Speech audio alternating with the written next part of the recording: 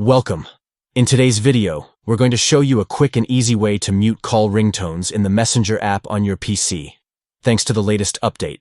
If you're tired of those unexpected ringing sounds during important moments, you've come to the right place. Let's dive into the steps you need to follow for a quieter Messenger experience. First, begin by opening the Messenger app on your PC. This is where all your chats and calls come to life, so make sure you've got the latest version installed.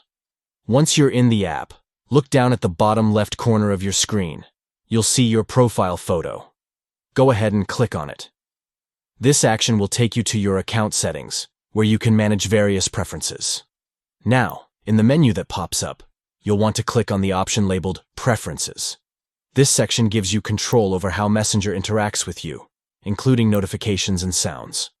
Finally, we get to the main step, disabling notification sounds. Look for the option that allows you to turn off notification sounds and simply toggle it off. With this adjustment, you'll no longer be distracted by call ringtones while you're working or enjoying some downtime. And there you have it. You've successfully muted call ringtones in the Messenger app on your PC.